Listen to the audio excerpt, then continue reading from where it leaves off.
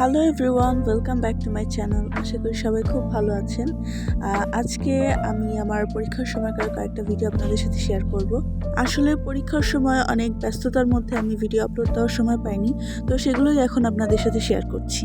এখানে আমি আর আমার বোন মিলে একসাথে সকালবেলা পড়তে বসেছিলাম। এটা ছিল আমাদের ধর্ম পরীক্ষার দিন, মাঝখানে আমরা 2 দিন বন্ধ পেয়েছিলাম, তো একটু টেনশনটা কমই ছিল। তো দুজন মিলে পড়ছিলাম, আবার দুষ্টুমিও করছিলাম। তারপর আম্মু বলল যে ঠান্ডার মধ্যে একটু ছাদে গিয়ে পড়ো, ছাদে রোদ আছে। সেই জন্য দুজন মিলে ছাদে আসলাম। আসলেই ওদিন অনেক রোদ ছিল। ছাদে বসে দুজন মিলে পড়তে পড়তে একদম গরম হয়ে গিয়েছিলাম আমরা।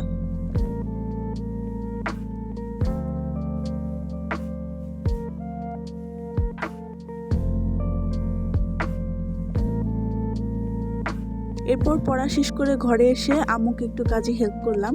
এমনিতে আমি ঘরের জিনিসপত্র প্রত্যেক সপ্তাহে সপ্তাহে পরিষ্কার করি, কিন্তু এখন তো পরীক্ষা চলছিল, তো পড়ার মাঝখানে আমি এগুলো করার সময় পাইনি। কিন্তু মাঝখানে 2 দিন বন্ধ ছিল, সেজন্য আম্মু ঘরের জিনিসপত্র পরিষ্কার করে ফেলেছিল।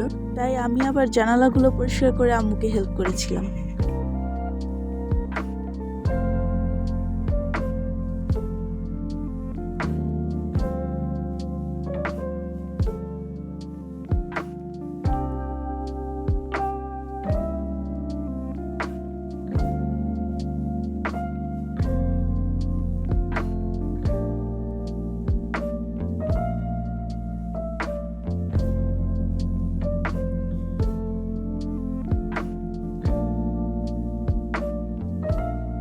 এরপর বিকালবেলা আমি একটু গাছে পানি দিয়ে দিচ্ছিলাম।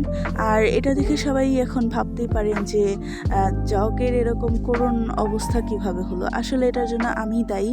একদিন জগে করে পানি নিয়ে আমি ছাদে গিয়েছিলাম অ্যালোভেরা গাছে পানি দিতে, আর তখনই এটা আমার হাত থেকে পড়ে যায়, আর তারপরে এরকম অবস্থা হয়ে গিয়েছিল।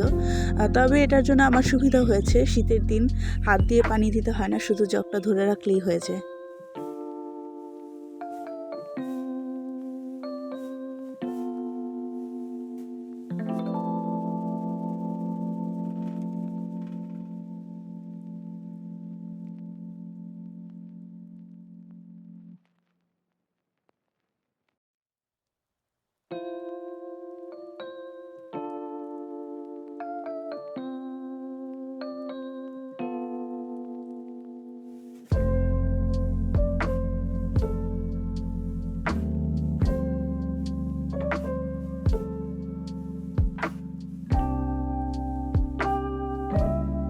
তারপর আমি আবার ছাদে গিয়েছিলাম, আর তখন অনেক ঠান্ডা ঠান্ডা লাগছিল, কিন্তু তখনও আকাশটা অনেক সুন্দর লাগছিল।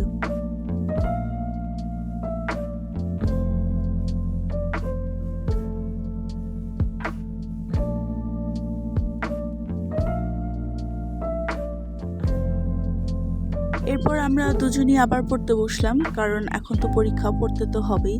আর এখানে আমার বোন টেবিলে বসে পড়ছিল, আর আমার ঠান্ডা লাগছিল, তাই আমি খাটে বসে পড়ছিলাম। আর আমি যে পেছন থেকে ভিডিও করছিলাম সেটা কেউই খেয়াল করেনি।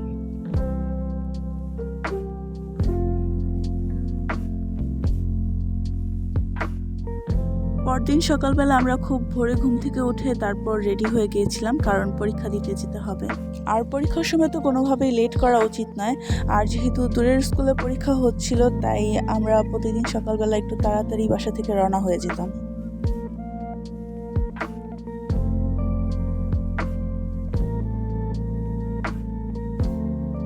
আর পরীক্ষার সময় ঘড়ি কিন্তু অনেক ইম্পর্ট্যান্ট একটা জিনিস, কারণ লেখার সময় টাইমের দিকে খেয়াল রাখতে হয়। আর আমাদের আগের ঘড়িগুলো নষ্ট হয়ে গিয়েছিল, তো বাবা আমাদের জন্য সুন্দর যে 2টা ঘড়ি কিনে দিয়েছিল। আর এই ঘড়ি 2টা কিন্তু আমার আর আমার বোনের খুবই পছন্দ হয়েছে।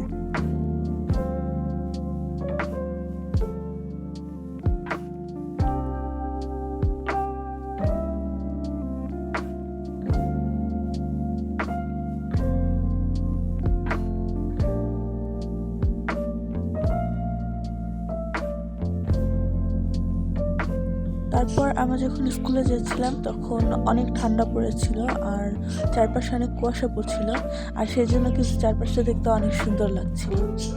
আর ওই দিন আমরা খুব তাড়াতাড়ি স্কুলে পৌঁছে গিয়েছিলাম, কারণ বাস স্ট্যান্ডে গিয়ে সাথে সাথে গাড়ি পেয়ে গেছি, তাই এত বেশি দেরি হয়নি।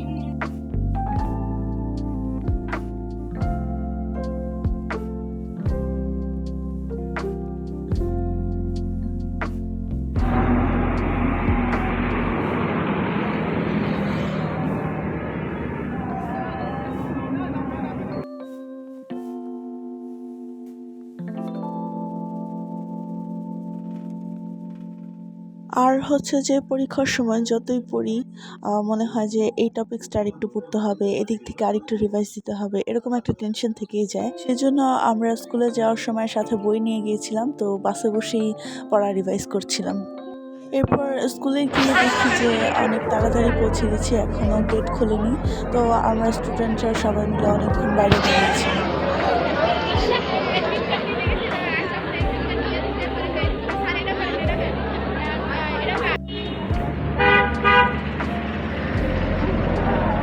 তো এটা হচ্ছে ছুটির সময় আমরা সবাই মিলে একসাথে বাসায় যাচ্ছিলাম। সবার বাসা তো এক জায়গায় না, কিন্তু বাস স্ট্যান্ড পর্যন্ত আমাদের রাস্তাটা একই। তো বাসে ওঠার আগ পর্যন্ত ফ্রেন্ডরা একসাথেই ছিলাম। বলে দেখি দেখা যায় না।